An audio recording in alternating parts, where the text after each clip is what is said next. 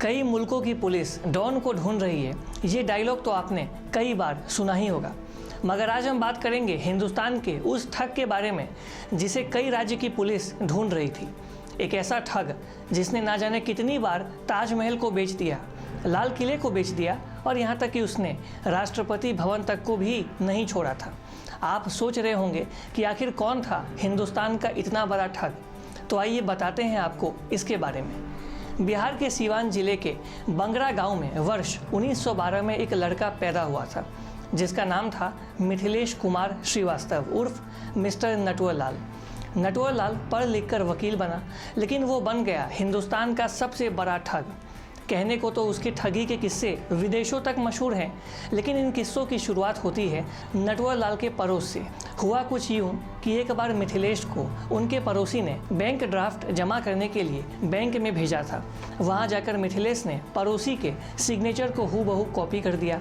इसके बाद उसने कई दिनों तक अपने पड़ोसी के सिग्नेचर को कॉपी कर उनके खाते से वो पैसा निकालता रहा। जब पड़ोसी को इस बात की भनक लगी, तब तक मिथिलेश उनके अकाउंट से 1000 रुपये निकाल चुका था। बस फिर क्या था, ठगी का किस्सा यहीं से शुरू होता चला गया।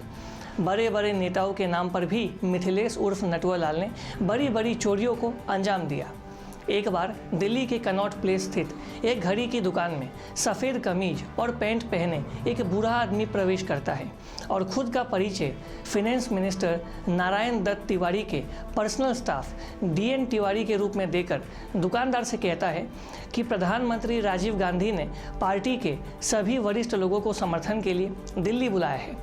इस बैठक में शामिल होने वाले सभी लोगों को वो एक एक घड़ी गिफ्ट करना चाहते हैं, तो मुझे आपकी दुकान से 93 घड़ी चाहिए। दुकानदार भी एक साथ इतनी घड़ियों को बेचने के लालच में खुद को वो रोक नहीं पाया। अगले दिन वो बूढ़ा आदमी जो मिथिलेश था वो घड़ी लेने दुकान पहुंचा। दुकानदार को घड़ी पैक करने की बात कह वो एक स्टाफ को अपने साथ वहां लेकर गया जहां प्रधानमंत्री से लेकर बड़े बड़े ऑफिसर्स का ऑफिस होता था। वहाँ उसने स्टाफ को भुगतान के तौर पर 32,800 रुपये का एक बैंक ड्राफ्ट दे दिया था। 2 दिन बाद जब दुकानदार ने ड्राफ्ट जमा किया तो बैंक वालों ने उसे बताया कि वो ड्राफ्ट फर्जी है। इसके बाद दुकानदार को समझते हुए देर नहीं लगी कि वो शख्स कोई और नहीं बल्कि हिंदुस्तान का सबसे बड़ा ठग नटवर लाल ही था। इसके बाद नटवर लाल कभी वित्त मंत्री VP सिंह तो कभी यूपी के CM के नाम पर नटवर लाल अलग अलग शहर में दुकानदारों को चूना लगाता गया। एक बार नटवर लाल के पड़ोसी गांव में उस समय के राष्ट्रपति डॉक्टर राजेंद्र प्रसाद आए हुए थे। जब नटवर लाल को डॉक्टर राजेंद्र प्रसाद से मिलने का मौका मिला तो उसने उनके सामने भी अपने हुनर का प्रदर्शन किया और राष्ट्रपति के भी हूबहू सिग्नेचर करके सबको वहाँ हैरान कर दिया था।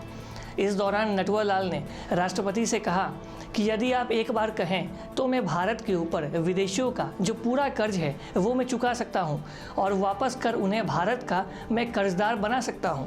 इस पर राष्ट्रपति ने नटवर लाल को समझाते हुए कहा कि तुम बहुत प्रतिभावान हो, इसका उपयोग किसी पॉजिटिव कामों में करो।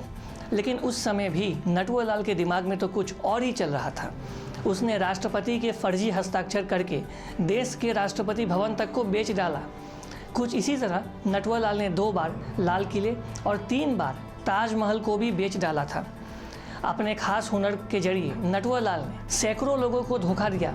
इनमें टाटा, बिरला और धीरू भाई अंबानी जैसे लोगों के नाम भी शामिल थे। वो इन उद्योगपतियों से समाज सेवी बनकर मिलता था और समाज के कार्यों के लिए बहुत मोटा चंदा लेकर वहाँ से गायब हो जाता था। पुलिस नटवर लाल को 8 राज्यों में 100 से ज़्यादा मामलों को लेकर ढूंढ रही थी। 9 बार नटवर लाल को गिरफ्तार भी किया गया था, जिसमें से 8 बार वो पुलिस वालों को चकमा देकर फरार भी हो गया था। नटवर लाल को आखिरी बार 24 जून 1996 को देखा गया था। जब वृद्धावस्था होने के कारण उसकी स्वास्थ्य खराब होने लगी तो अदालत के आदेश पर 3 पुलिस वाले नटवर लाल को इलाज के लिए एम्स दिल्ली लेकर जा रहे थे। इससे पहले करीब 2-3 हफ्तों से नटवर लाल व्हील चेयर पर था। वो ठीक से उठने के लिए भी उसे सहारे की आवश्यकता पड़ती थी। खैर 3 पुलिस वाले के साथ नटवर लाल दिल्ली स्टेशन पहुंचता है। स्टेशन पर उतरकर चारों लोग एम्बुलेंस का वेट कर रहे होते हैं। इस दौरान 2 हवलदार स्टेशन पर ही किसी काम के चलते वहां से चले जाते हैं। इससे कुछ ही वक्त पहले तीनों पुलिस वाले ने मिलकर नटवर लाल को स्टेशन की एक बेंच पर लिटा दिया था। दोनों पुलिस वालों के जाने के बाद नटवर लाल ने तीसरे पुलिस वाले को चाय पीने की इच्छा व्यक्त करते हुए उसे पास की चाय की दुकान में भेज दिया। थोड़ी देर बाद जब तीनों पुलिस वाले बेंच के पास पहुंचे तो वो वहां पहुंचकर हैरान रह गए। कई हफ्तों से दूसरों के सहारे खड़े होने वाला नटवर लाल उस बेंच से गायब हो चुका था।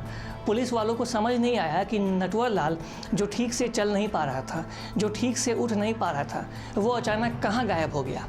इसके बाद से नटवर लाल कहाँ गया ये किसी को नहीं मालूम। ऐसी ही और अनोखी किस्से और कहानियों के लिए हमारे YouTube, Facebook और Instagram पेज को आप लाइक करें।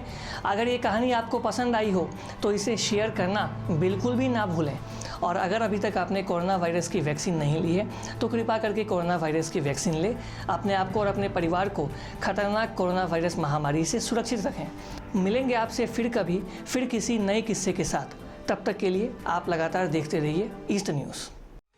Thanks for watching. Please subscribe and hit the bell icon.